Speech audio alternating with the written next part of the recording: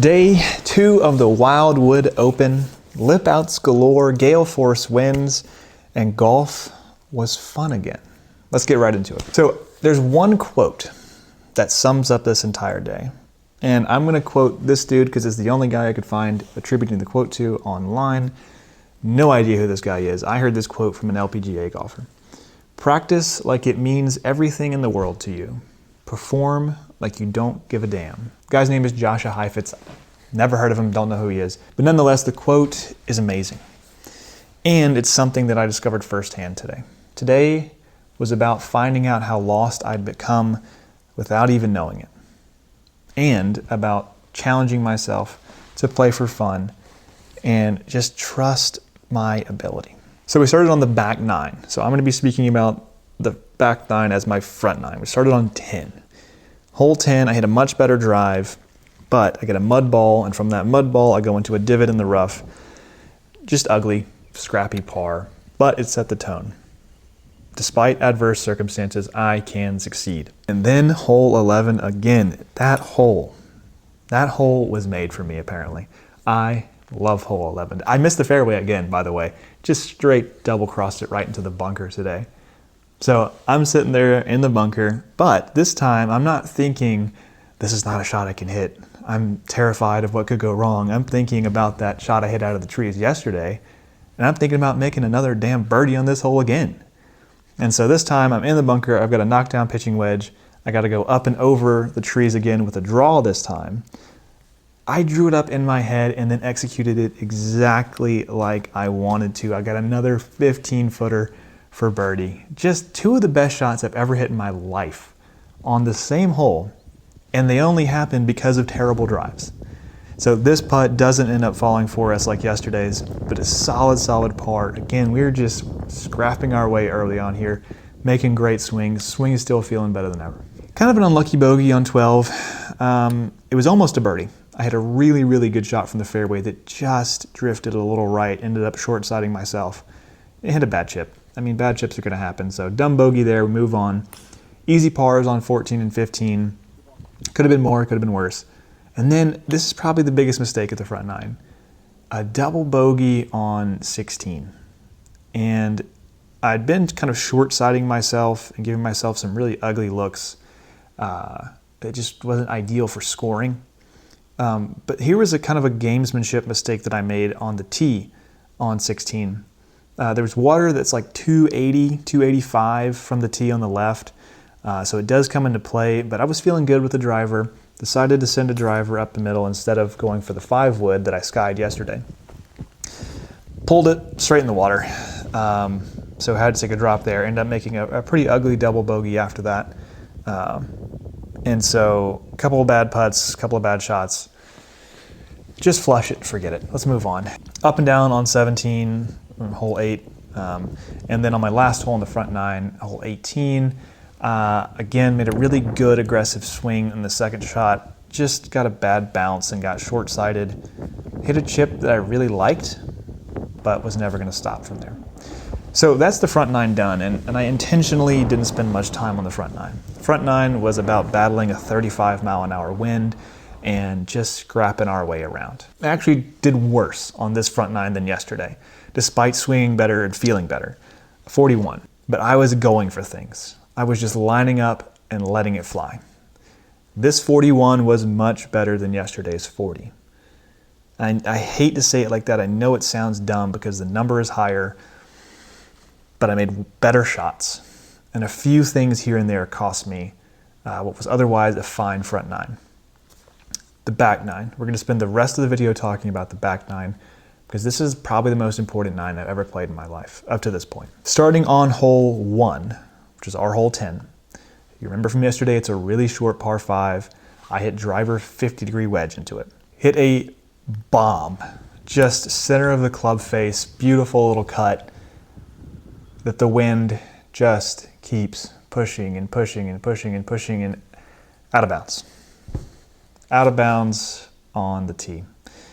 Re-tee, and I think to myself, there is no way I'm going right this time. So I just hit it left in the woods. Just straight through the fairway. It's a dogleg right. Hit it through the fairway into the woods. Safe. Then I pull out an incredible shot from the woods to get it close to the green. Putt doesn't go, another lip out, and a double bogey is on the card. So a double bogey on a par 5 that's reachable with wedge. Keep that in mind. We're going to come back to that. Hole 2. Drive it past the green today. Chip up about 13 feet. At this point, I expect nothing to go in. I have had lip out after lip out after lip out for the last 2 days. This one lips in. And you can see my reaction here. I couldn't believe it actually went in the hole because it was one that probably should have lipped out. So we make a bounce back birdie right off the bat. I'm like, that's freaking awesome. We drove the green, make a bounce back birdie. Fantastic. Next hole, just gale force wind in our face off the left. Again, water on the right, small green, perfect club. Just nailed it. 2 putt for par. Actually had a really good birdie putt here too that, again, just didn't go in. Now we're on the next tee box with a 7-iron in hand. I've learned my lesson from yesterday. Yesterday I tried to be more aggressive and take a 5-iron. And this is one thing I learned by watching the other guys we were playing with. They were fearless. I mean, holes like this are potentially drivable, but there was out of bounds on the right, pretty close and behind the green. And I was not about to take a driver on that line. So I had a 7-iron off the tee. Guys we were playing with hitting drivers, and I'm like, man, that's a place I want to get to. I want to start playing that fearless at some point. Hit my 7-iron in the fairway. And then I have a punchy 9-iron up against the wind, again in our face.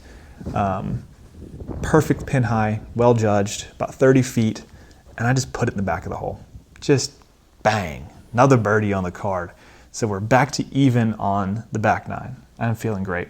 Then on hole 5, just rip a driver. Very aggressive, fearless line over the corner of the water. Just take it on with the wind in our face. Then I hit a great 54-degree knockdown against the wind. 10-footer for birdie. Hangs on the right side. Next hole, hole 6. Rip a drive up the left-hand side, probably 50 yards from the green. Well, from the hole, probably 30 yards from the green. Hit this nasty little spinner that just checks just behind the hole. I got another 11-footer for birdie.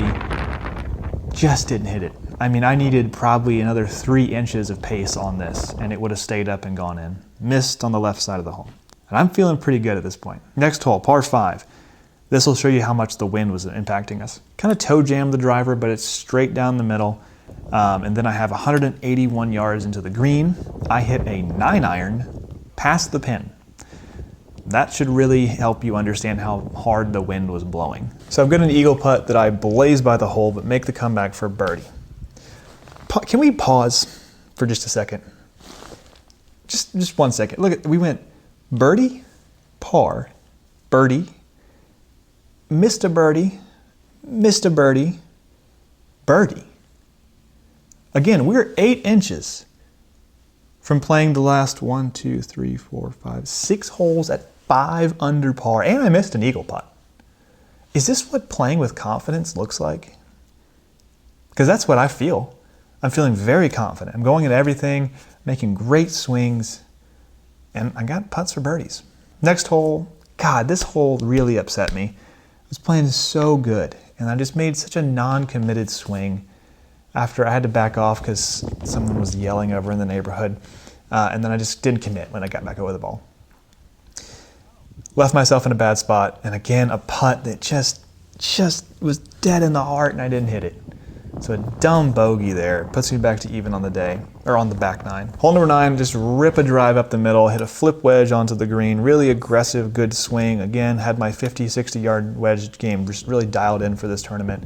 And then a putt that just doesn't go. I don't understand how it doesn't go. I was blown away that the putt on 18 didn't go, and now on the last hole on number 9, this putt just stops turning. It's turning into the hole and then stops and straightens out right at the last second. Tap in, 4. But hold on. We shoot even on the back. That's all well and good. 36 is great. I'm really happy with that. I played much better. I played more free. I had more fun. But let's not miss this, because this is something that I want to remember. There are 3 swings that I can count on the back 9 here that would have changed the course of the day. I shot 36. If I keep a driver in play, just in the fairway, on hole number 1, the 10th hole that we played, I make a birdie there. It's a driver wedge to a par 5. So that's a 3-shot swing right there. That's one swing. Just a better, normal, committed swing on the par 3. Just make a par. That's swing 2. Swing 3, that putt on number 9 goes in. Instead of just lipping out, it goes in. That is 3 swings. We get a little bit more lucky on the putt, make a more committed swing on the par 3, and the wind doesn't push our ball all the way out of bounds on the first hole. I shoot 31 on the front 9. 3 swings. 3 swings from a 31. That doesn't sound real to me. I can't process that. For some reason, I can't imagine myself shooting 31. Because 2 31s is a 62. And I definitely can't imagine myself shooting 62. Like, I just shot back-to-back 77s. It looks bad. 77 looks bad on the card. But you're telling me I was 3 swings away from a 31? A 31? -5 on 1-9. That doesn't even sound possible, plausible to me. And I think that's the big takeaway, is that I'm very close. But I got to let go of this perceived control and just swing the club. Let it happen. Make committed, aggressive swings and let it happen. Because, by the way, that 31 is not including those 2 putts inside of 10 feet that I missed for birdie. I think what makes it so hard for me to treat this potential 31 as being as close as it is that that's what the other guys are shooting. That's what the winners of this tournament were shooting. 31s, 32s, 33s. And to put myself in the mindset of going that low and believing that I can do that and I belong there just doesn't make sense to me right now. Like, something that doesn't quite fit. The winners are shooting 31. How could I be 3 swings away from shooting 31? And I think that's going to be a major, major part of this journey going forward in the next weeks and months. Back-to-back 77s, I mean, whatever. It's not the best, not the worst. It is what it is. It's not about the score. It's about what we learned. First thing I learned is that if you are going to chase your dreams, if you are going to go after something, if you're going to change careers, if you're going to make a pursuit like this, you are going to face your demons. You cannot avoid them. You must face them. There's no way around it. For me, those demons are with control. Control of the golf swing, control of the outcome, and letting go of that and playing free. Just trusting it. 2, the other big thing I learned, especially on day 2 in the back 9, is that I learned I have something I didn't think I had. For the first time, maybe ever, I felt dangerous on the golf course. I felt like I could attack. I felt like I could go low. And that's not a feeling I'm used to. And I've heard it many times that you have to be comfortable with going low in order to do it. I didn't really understand what that meant until now. Like, if you can't see yourself doing it, you aren't going to do it. If you can't see yourself shooting 31, if you don't believe that you're worth that, it won't happen. And that was a big epiphany for me. That was a big aha moment, is that I have to play free and let go of trying to make it happen. Because trying to make it happen, trying to control and guide everything will never make it happen. You won't shoot 31 trying to shoot 31. Thank you for following along. Thank you for everybody at Continental Country Club, spectators, employees. Everybody was fantastic. Again, just super grateful to be out there chasing my dream, doing this. And it was a lot of fun. Huge thank you to Kat as well. None of this realization is possible without her on the bag as a caddy. And I told her, you're going to have to stop doing so good with the mental game, because one of these days you're just going to become my full-time caddy and have to carry the bag around. Again, thanks for following along. If you aren't, hit that subscribe button. It really does help.